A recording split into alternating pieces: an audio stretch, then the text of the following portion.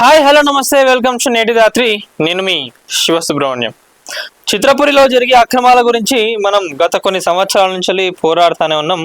దానికి సంబంధించి మీడియా మిత్రులు, రాజకీయ పార్టీలకు, ప్రజా సంఘాలకు, సినీ పరిశ్రమ సంఘాలకు సందేహాలు ఉన్న సభ్యులందరికీ ఆహ్వానము అని చెప్పి వల్లభనేని అనిల్ కుమార్ చిత్రపురి అధ్యక్షులు ఒక ప్రెస్ నోట్ రిలీజ్ చేయడం జరిగింది. విషయం ఏంటంటే చిత్రపురిపై వస్తున్న ఆరోపణలపై మీడియా సమావేశంలో సందేహాలు నివృత్తి. చిత్రపురి గురించి ప్రతి ఒక్కరు మాట్లాడుతున్నారు, మీడియాలో కానివ్వండి, ఎక్కడ చూసుకున్న ప్రజా సంఘాలు అందరూ కూడా మాట్లాడుతున్నారు. మరి మీకు ఉన్న డౌట్స్ అన్ని కూడా నేను క్లారిఫై చేస్తా అని చెప్పి అక్కడ చిత్రపురి కాలనీకి సంబంధించిన అధ్యక్షులు వల్లభనేని అనిల్ కుమార్ గారు ఒక ప్రెస్ నోట్ అయితే రిలీజ్ చేయడం జరిగింది. ఎప్పుడంటే రేపు అంటే 25న ఫ్రైడే 2:30 సాయంత్రం పూట film chambers of commerce film Nagar దాంట్లో వెన్యూ ఉన్నది. మరి ప్రతి ఒక్కరు కూడా వెళ్ళి మీకు ఏం డౌట్స్ ఉన్నాయి, చిత్రపురిలో ఏం స్కామ్ జరుగుతున్నాయి ఏందని కూడా ప్రతి ఒక్కరు మాట్లాడండి. ఈ వీడియో చూస్తున్న సినీ కార్మికులు ఎవరైతే ఉన్నారో ప్రతి ఒక్కరు కూడా వీడియోని షేర్ చేయండి, లైక్ చేయండి. ఎందుకంటే మీకు ఇల్లు రావాలని చెప్పి ఫస్ట్ నుంచి పోరాడుతున్నది కూడా ఎవరు అంటే నేటి దాత్రి.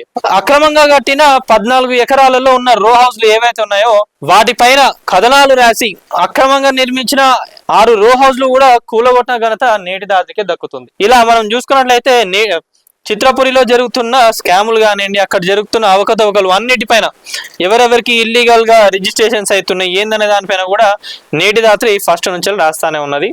మరి రేపు జరగబోయే మీటింగ్ ఏదైతే ఉందో దానికి సంబంధించి మేము కూడా కొన్ని ప్రశ్నలు అడుగుతున్నాం చిత్రపురికి. ఎందుకంటే ఈరోజు ఓపెన్ గా మనం మీటింగ్ పెట్టుకొని ఎవరెవరికి ఏం సందేహాలు ఉన్నాయి వాటి గురించి మాట్లాడుకుందాం, క్లియర్ చేసుకుందాం అని చెప్పి మాట్లాడుతున్నారు కదా. సో నేటి దాతి తరపు నుంచి కూడా కార్మికులందరికీ మా సపోర్ట్ ఎప్పుడు ఉంటది. కార్మికుల తరపునే నేటి దాత్రి మాట్లాడుతుంది. ఆ 14 ఎకరాలలో ఉన్న రో హౌస్లు ఏవైతే ఉన్నాయో అవన్నీ కూలగొట్టి అక్కడ అపార్ట్మెంట్లు కట్టి ప్రతి ఒక్క కార్మికులకు ఇల్లు వచ్చే వరకు నేటి దాత్రి అక్షర పోరాటం అయితే ఆపదు. సో ఇప్పుడు మనం కంటెంట్లకు పోతే చిత్రపురిలో కొన్ని వేల కోట్ల స్కాములు జరుగుతున్నాయి. పెద్ద పెద్ద మనుషులందరూ కూడా ఆడుండి అక్రమంగా ఇల్లు రిజిస్ట్రేషన్లు చేయించుకుంటున్నారు.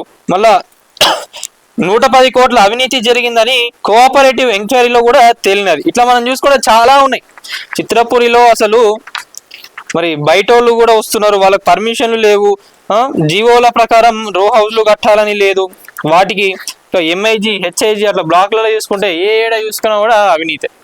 మరి దానికి సంబంధించి నేను కూడా కొన్ని ప్రశ్నలు అడుగుతాను. రేపు ఇవే ప్రశ్నలు అక్కడ పోయిన కార్మికులు కానివ్వండి, ఇంకా మెంబర్స్ కానివ్వండి, ఇంకా మీడియా మిత్రులు మీరు కూడా అడగండి. అడిగితే జర వాళ్ళు కూడా అప్పుడు ఆన్సర్ చేస్తారో లేదో అనేది తెలియాలి కదా. ఇది అప్పుడు మనం మొన్న 700 కోట్ల భూమిలో 225 మంది అక్రమంగా రాజ్యం ఏలుతున్నారు. రో హౌస్లకు సంబంధించి రాసినాము, చిత్రపురిలో కాలనీలో జరుగుతున్న అరాచకాల గురించి కూడా రాసినాం. ఇది మెయిన్. మొన్న 6 రో హౌస్లలో అప్పుడు కొన్ని ఊలగొట్టిండ్రు, మరి ఇంకా 2 ఉన్నాయి ఆడ. మరి అవేం పాపం చేసినాయి, వాటిని కూడా ఊలగొడితే అయిపోతాయి అని చెప్పి మనం రాయంగానే టీపీఓ సంతోష్ గారు చాలా మంచిగా రెస్పాండ్ అయ్యి మిగతా రో హౌస్లు కూడా కూలగొట్టడం జరిగింది. మరి మిగతా వాళ్ళందరికీ కూడా నోటీసులు ఇచ్చిండ్రు. 15 రోజులలో మీరు మొత్తం కూలగొట్టుకోవాలని చెప్పి వాళ్ళకు కూడా నోటీసులు ఇచ్చిండ్రు. సో ఇప్పుడు మనం చూసుకున్నట్లయితే చిత్రపురిలో 3000 కోట్ల అవినీతి జరిగిందని అంటున్నారు. దానిపైన రేపు చర్చ జరగాల్సిందే. 3000 కోట్ల అవినీతి జరిగింది చిత్రపురిలో. ఇప్పుడు జనరల్గా మనం చూసుకున్నట్లయితే ప్రజా సంఘాలు అందరు అంటున్నారు. సో దానికి సంబంధించి నేను కొన్ని ప్రశ్నలు అడుగుతున్నాను. రేపు కూడా ఈ టాపిక్స్ కూడా అవన్నీ ఆడ అందరు రేజ్ చేయండి.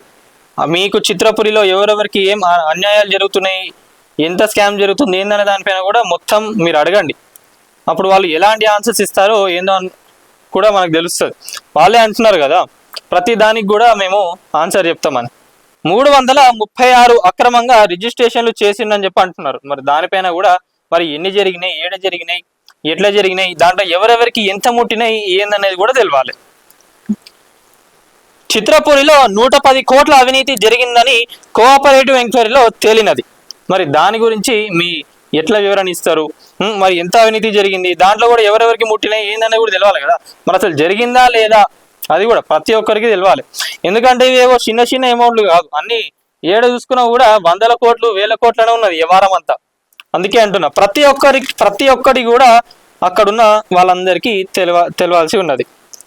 కోర్టు రిజిస్ట్రేషన్ చేయమని మీకు చెప్పినా మీరు ఎందుకు రిజిస్ట్రేషన్లు చేయడం లేదు? ఇది ఒకటి. ఇంకోటి ఏంటంటే కొంతమందికి అలర్ట్ అయినవి కూడా వీళ్ళు ఏంటంటే కొంతమంది అక్కడ ఉన్న వాళ్ళు పెద్ద మనుషులు వేరే వాళ్ళ దగ్గర డబ్బులు తీసుకొని వీళ్ళకి అలర్ట్ అయినవి కూడా వేరే వాళ్ళకి ఇస్తున్నారా అంట. మరి దానిపైన కూడా ముచ్చటేందో తెలవాలి. ప్రతి ఒక్కరు ఎవరెవరికైతే అన్యాయం జరిగిందో వాళ్ళందరూ కూడా రేపు వచ్చి ఫిలిం నగర్లో ఫిలిం ఛాంబర్లో మీటింగ్కి రండి. మీకు ఉన్న డౌట్స్ కూడా ఏవైతే ఉన్నాయో అన్ని క్లారిఫై చేసుకోండి. చిత్రపురిలో రో హౌస్ల నిర్మాణం చేయవచ్చా? జీవో 658లో ఫ్లాట్స్ కట్టమని ఉంటే మీరు ఎందుకు రో హౌస్లో కట్టారు? సుమారు 14 ఎకరాల స్థలంలో ఫ్లాట్స్ కడితే 3,000 మందికి న్యాయం జరుగుతుంది. ఇది ఇప్పటి నుంచేనే కాదు, ఇప్పటి నుంచో నేటి రాత్రి చెప్తూనే ఉన్నది. ఇగో మనకు బ్యాక్ సైడ్ స్క్రీన్ లో కూడా ఉన్నది. అదే 14 ఎకరాలలో 225 మందికి రో హౌస్లు ఆ విల్లాలు ఏందో మరి నాకైతే అర్థమైతలేదు. మరి మిగతా కార్మికులందరూ ఏడికి పోవాలి? 3,000 మంది కార్మికులందరికీ కూడా ఇల్లు దొరుకుతుంది కదా, వాళ్ళందరూ ఏడ పోవాలి? ముఖ్యమంత్రి రేవంత్ రెడ్డి గారు కూడా మేనిఫెస్టోలో చెప్పిండ్రు, సినీ కార్మికులందరికీ కూడా న్యాయం చేస్తాము, వాళ్ళందరికీ కూడా మేము ఇల్లు దక్కేది బాధ్యత మాదే ఉంటుందని చెప్పి రేవంత్ రెడ్డి గారు కూడా చెప్పడం జరిగింది. మరి ఇప్పుడు దీనిపైన కూడా ఇది చాలా కీలకం. ఈ రో హౌస్ల ముచ్చట ఏదైతే ఉందో ఇది చాలా కీలకం. కార్మికులందరూ దీనిపైన ఫైట్ చేయండి. మీరు అక్కడ అనవసరంగా వేరే ల్యాండ్ పైన ఏదో పోయి అక్కడ ఇష్యూస్ చేస్తున్నారు, కానీ దానికంటే దీనిపైన మీరు ఫైట్ చేస్తే 3,000 మందికి పైగా ప్రతి ఒక్క కార్మికులకు కూడా ఇల్లులు దొరుకుతాయి. అక్కడ ఇప్పుడు అపార్ట్మెంట్లు కడతారు, ఆ రో హౌస్ అన్ని తీసేసి ఆడ అపార్ట్మెంట్లు కట్టినా కూడా చాలా మందికి అక్కడ ఇల్లు దొరికే అవకాశం ఉంటుంది. అందుకనే ప్రతి ఒక్కరు కూడా రో హౌస్ విషయంలో ఎంత స్కాములు జరిగినాయి ఏందనేది కూడా ప్రతి ఒక్కరు మాట్లాడండి. మరి దాంట్లో ఉన్నోళ్ళు కార్మికుల లేదా ప్రొడ్యూసర్లకు డైరెక్టర్లకు సంబంధించిన వాళ్ళ బినామీలా వాళ్ళ చుట్టాలా ఏందనేది కూడా ఒక్కసారి మాట్లాడండి. చిత్రపురిలో కొత్తగా కట్టే వాటిలో కార్మికులకు అందుబాటులో లేని 4 బెడ్రూమ్ ఫ్లాట్స్ ఎందుకు కడుతున్నారు? ఎందుకు కార్మికులకు అందుబాటులో లేని రేట్లు పెట్టారు? ఇది కూడా మరి మీరు ఇష్టం ఉన్నట్టుగా ఆడ కట్టేసుకొని 4 BHKలు 5 BHKలు 6 BHKలు అని కట్టుకుంటే కార్మికులు ఏడకెళ్ళి కడతారండి పైసలు వాటికి? అది కూడా ఆలోచించుకోవాలి కదా. అంటే అట్లా వేస్తే బడా వాళ్ళందరూ వస్తే మాకు పైసలు ఎక్కువ ముడతాయి అని చెప్పి మీరేమైనా అనుకుంటున్నారా? సో దానిపైన కూడా మీరు వివరణ ఇవ్వాల్సి ఉంటుంది. అంతగానం రేట్లు ఎందుకు పెట్టిండ్రు, ఎవరి కోసం పెట్టిండ్రు, ఎవరు ఉంటారని పెట్టిండ్రు ఏందనేది కూడా మొత్తం తెలవాలి. రిజిస్ట్రేషన్లు ఎప్పుడు చేస్తారు? మరి దీనిపైన కూడా ఇప్పటికైతే ఇంకేం స్పందన లేదు. మరి రిజిస్ట్రేషన్లు ఎప్పుడు స్టార్ట్ చేస్తారో, వాళ్ళందరికీ ఎప్పుడు ఇల్లు ఇస్తారో ఏందనేది కూడా చూడాలి.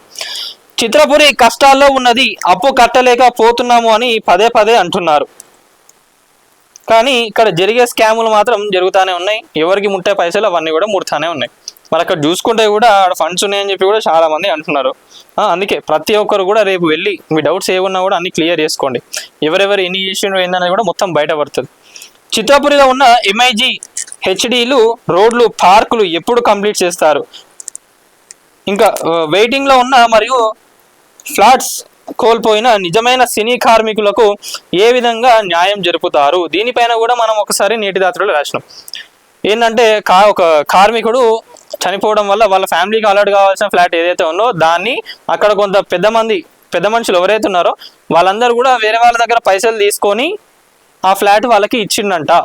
మరి దీనిపైన కూడా అంటే ఇట్లాంటివి కూడా జరుగుతున్నాయి. అసలైన కార్మికులు ఎవరు? ఫేక్ కార్డ్స్ పెట్టుకొని కూడా కొంతమంది అక్కడ నివసిస్తున్నారు. వాళ్ళందరిది కూడా తెలవాలి కదా. మరి ఇక్కడ తెలంగాణలో ఉన్న కార్మికుల పరిస్థితి ఏంది? దీనిపైన ఇవన్నీ పాయింట్స్ కూడా రేపు పోయిన వాళ్ళు ఎవరైతే ఉన్నారో ప్రతి ఒక్కరు రేస్ చేయండి. మీకు అక్కడ అవకాశం కల్పించినప్పుడు అందరూ పోయి అడగండి, అది మీ హక్కు. అక్కడ 3,000 మందికి పైగా ఇల్లు వస్తాయి అన్నప్పుడు పోయి అడగాల్సిన హక్కు మీకు కూడా ఉంది.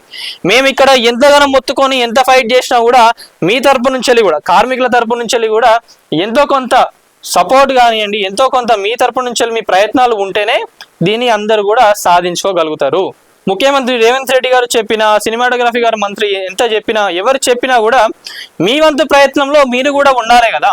మా వంతు ప్రయత్నంలో మేము చేస్తున్నాం. అక్కడ జరుగుతున్న అరాచకాలని కూడా మేము రాస్తున్నాం. అక్కడ ఇల్లీగల్గా కట్టిన వాటిని కూడా కూలగొట్టిన ఘనత నేటి రాత్రికే దక్కుతుంది. ఇన్ని గనం మేము చేస్తున్నప్పుడు మీ వంతు ప్రయత్నం కూడా ఉండాలి కదా. సో రేపు 25న 2:30 ఫిలిం నగర్లో ఫిలిం ఛాంబర్ ఆఫ్ కామర్స్లో మీటింగ్ ఉన్నది. ప్రతి ఒక్కరు కూడా వెళ్ళి మీ డౌట్స్ కానివ్వండి, ఆడ ఏం జరుగుతుంది ఏందనే దానిపైన మాట్లాడి వాళ్ళు ఎట్లాంటి ఆన్సర్స్ ఇస్తారు అదంతా కూడా ఏందనేది తెలుసుకొని ఇల్లు అనేది ఎవరికైనా కూడా కల. ఇంత మంచిగా వీళ్ళు ఇక్కడ ప్రెస్ నోట్ రిలీజ్ చేసి వచ్చి మాట్లాడుకుందాం అని చెప్పినప్పుడు ప్రతి ఒక్కరు కూడా వెళ్ళి అసలు ఏం జరుగుతుంది ఏందనేది తెలుసుకోండి.